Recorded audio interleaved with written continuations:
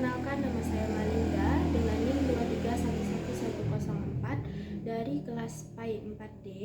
Tujuan video ini saya buat ialah sebagai pemenuhan tugas UAS mata kuliah Masail Fiqhiyah Al-Hadisah. Izin kepada Bapak Muhammad Insan Jauhari EPD selaku dosen pengampu mata kuliah Masail Fiqhiyah Al-Hadisah. Pada kali ini saya akan menjawab beberapa pertanyaan. Yang pertama mengenai bayi tabung. Langsung saja masuk ke pertanyaan pertama. Bayi tabung merupakan proses pembuahan di luar tubuh antara suami dan ovum istri dan diimplantasikan dalam rahim istri. Dalam hal ini, spermatozoon, ovum, dan kehamilan seluruhnya berasal dari suami istri yang bersangkutan. Ini dilakukan sebab pasangan suami istri kesulitan untuk mendapatkan keturunan dengan sebab tertentu. Padahal anak keturunan ialah pelengkap dan dalam kehidupan rumah tangga. Nah, pertanyaannya yang pertama, berikan analisis Anda terkait hal tersebut. Yang kedua, jika melakukan bayi tabung dengan alasan menjaga kondisi tubuh agar tetap menawan ataupun atletis, apakah diperbolehkan dan berikan alasannya. Dan pertanyaan yang terakhir, bagaimana pandangan hukum Islam dalam hal membesarkan janin, semen suami dan ovum istri pada rahim wanita lain. Nah, masuk ke pertanyaan pertama mengenai analisis terkait proses bayi tabung dari suami istri sendiri. Nah, proses bayi tabung yang dilakukan antara sperma suami dan ovum istri yang sah lalu ditanamkan dalam rahim istri sendiri, umumnya itu diperbolehkan ya teman-teman dalam Islam dengan beberapa syarat karena tidak menyalahi ketentuan syariat.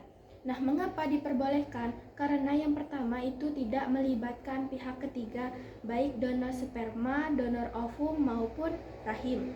Nah, selanjutnya tujuan utamanya adalah mengatasi masalah infertilitas dalam pernikahan yang sah untuk mendapatkan keturunan sebagai anugerah dari Allah Subhanahu wa taala.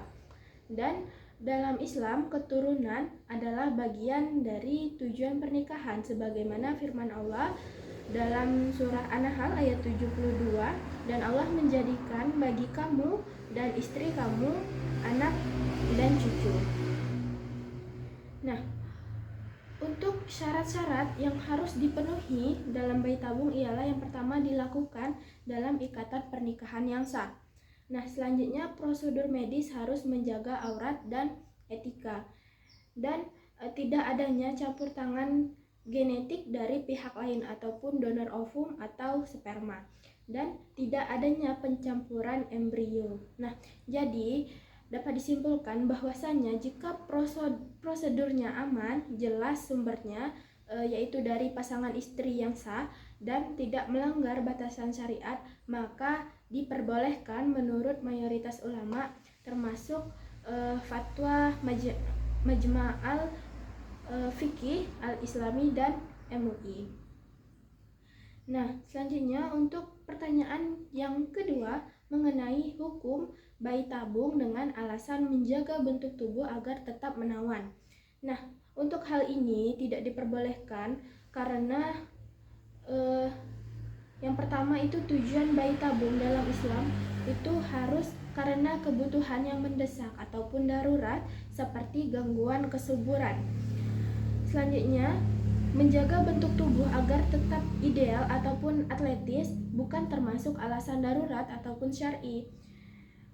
Termasuk bentuk tasyabuh ataupun berlebihan dalam memprioritaskan aspek jasmani di atas tujuan utama pernikahan, yaitu keluarga dan keturunan. Nah, dalam Islam melarang sesuatu yang dilakukan hanya demi tujuan estetika yang melanggar norma dan etika.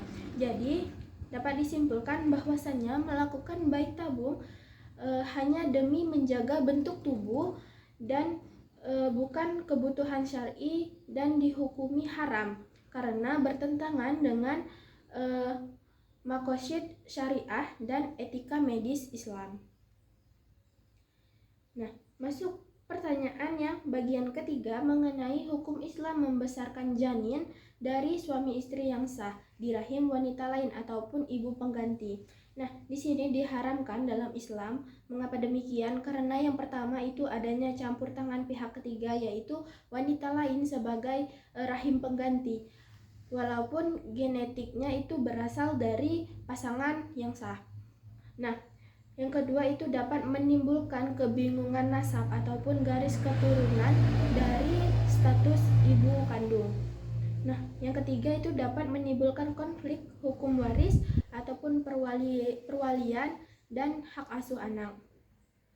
Nah, dan yang terakhir itu fatwa dari Majma' al-Fiqih al-Islam dan Majelis Ulama Indonesia mengharamkan praktik ibu pengganti karena bertentangan dengan prinsip kehormatan keluarga dan nasab.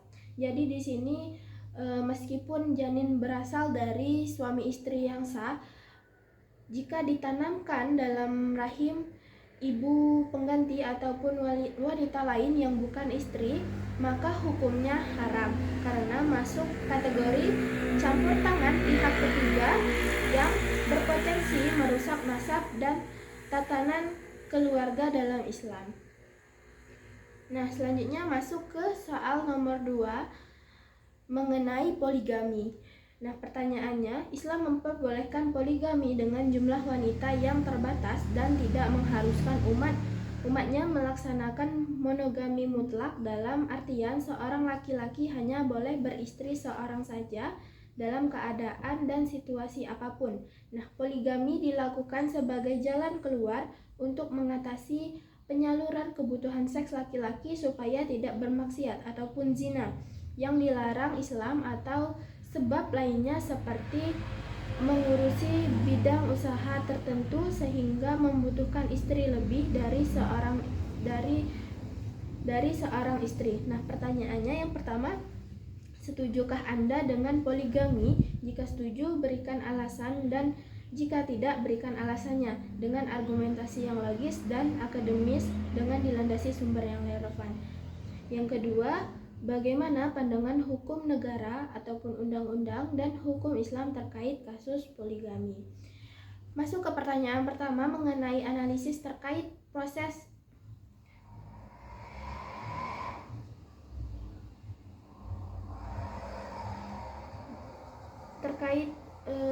analisis tentang poligami. Nah, di sini saya secara mutlak itu menolak poligami, tetapi saya di sini lebih mendukung monogami, kecuali dalam kondisi tertentu yang benar-benar syar'i dan adil.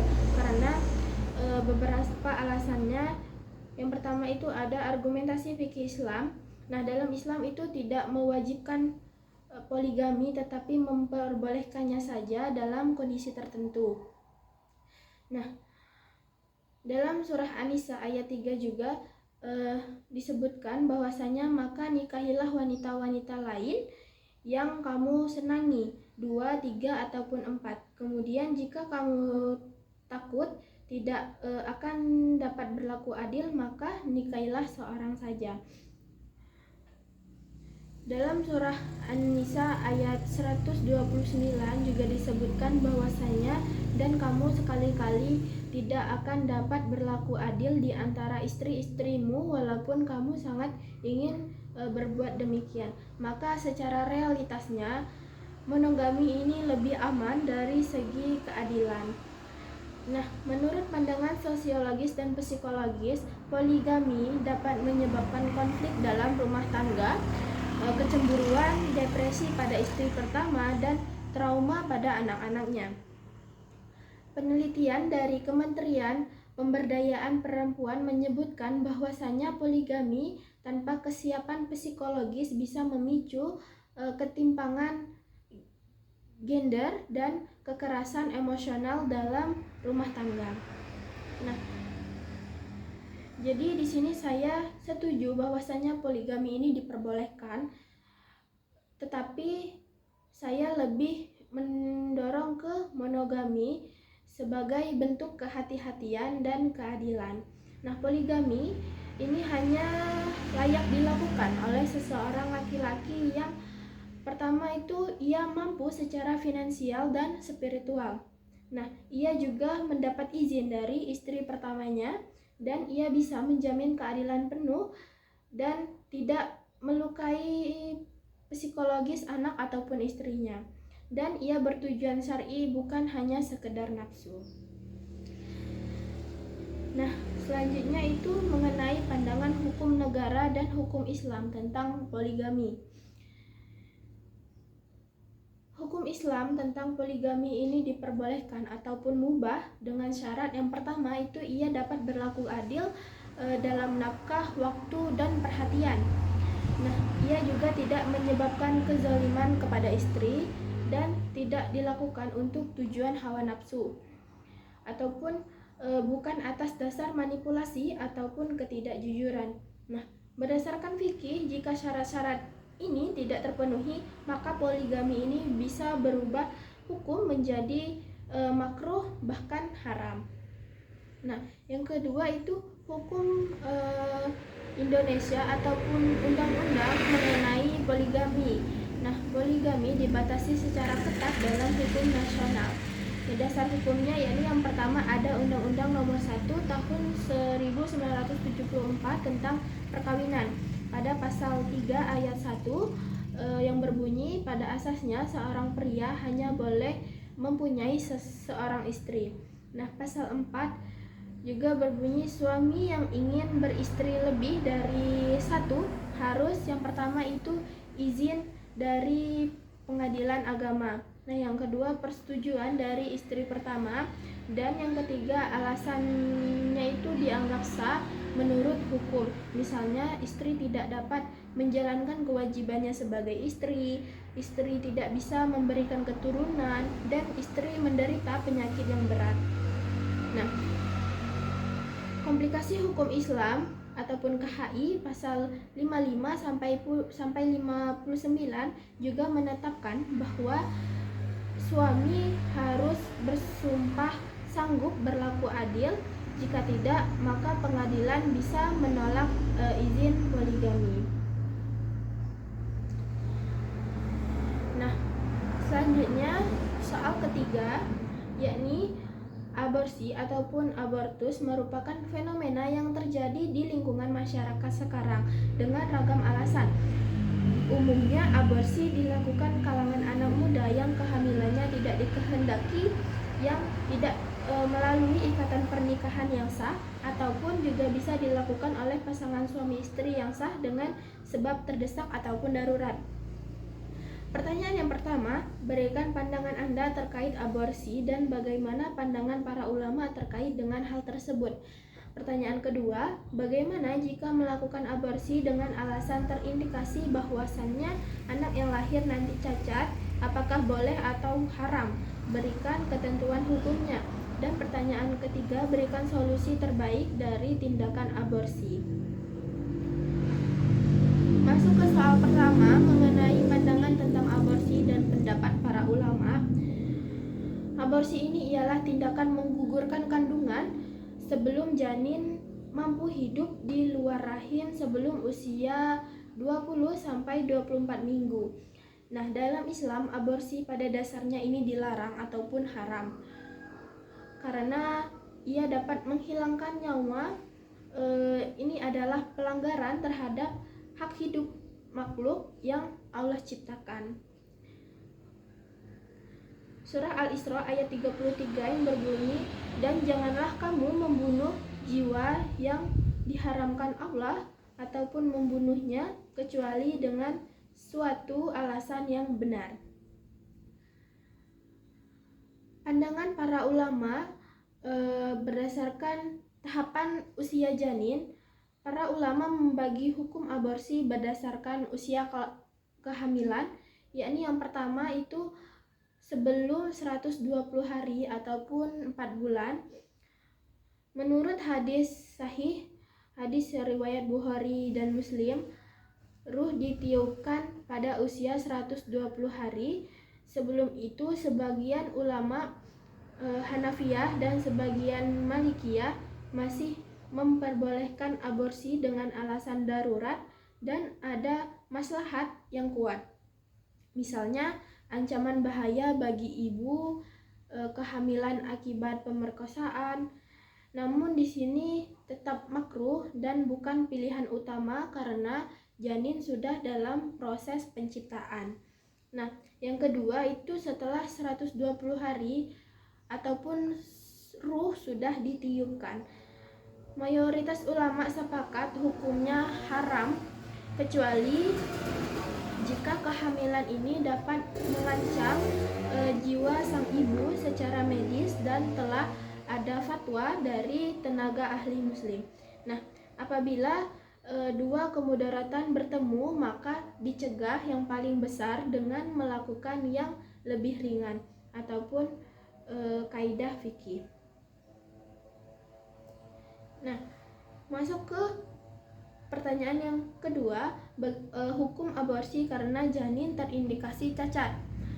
Pada dasarnya, hal ini tidak dibenarkan ataupun haram, kecuali dalam kondisi darurat. Nah, jika janin telah ditiupkan ruh ataupun 120 hari, maka menggugurkannya karena cacat lahir adalah haram, karena janin ini tetap memiliki hak hidup. Nah, cacat tidak menghilangkan makam ataupun insaniah ataupun nilai kemanusiaannya. Nah, menggugurkan atas dasar ketidaksempurnaan fisik dianggap bentuk diskriminasi terhadap ciptaan Allah. Nah, terkecuali jika cacat tersebut sangat parah sehingga tidak ada harapan hidup sama sekali menurut tim medis terpercaya dan kehamilan itu membahayakan jiwa ibu. Nah, maka dalam kondisi tersebut beberapa lembaga fikih seperti Majma' al-Fiqih al-Islami dan fatwa ulama kontemporer memperbolehkan aborsi sebelum usia 120 hari dengan syarat yang pertama ada diagnosis medis terpercaya. Nah, yang kedua ada pertimbangan syar'i dan etis dari ulama ataupun ahli agama. Nah, masuk ke pertanyaan terakhir, yakni solusi terbaik dari tindakan aborsi. Nah, yang pertama itu pendidikan seksual dan akhlak Islami. Nah, bisa dengan memberikan edukasi akhlak dan hukum Islam sejak remaja terkait pergaulan, zina, dan tanggung jawab. Nah, bisa juga penanaman nilai menjaga kehormatan diri dan pengendalian diri. Nah, yang kedua itu perlindungan terhadap remaja, memberikan pendampingan psikologis dan spiritual bagi remaja perempuan yang rentan. Nah, selanjutnya itu dapat membentuk komunitas dakwah remaja dan edukasi reproduksi sehat berbasis nilai Islam. Nah, yang ketiga itu bisa pendekatan keluarga dan ulama. Orang tua dan tokoh agama berperan dalam konseling dan pencegahannya dan bisa menyediakan konsultasi medis dan keagamaan sebelum keputusan tentang aborsi diambil. Nah, yang keempat itu ada peran negara dalam dan lembaga hukum. Nah, di sini negara perlu memberikan regulasi ketat agar aborsi tidak dilakukan sembarangan dan penegakan hukum terhadap praktik aborsi ilegal dan klinik gelap. Mungkin hanya ini yang bisa saya sampaikan, lebih dan kurangnya saya mohon maaf. Saya akhiri, wabillahi taufiq wal hidayah. Wassalamualaikum warahmatullahi wabarakatuh.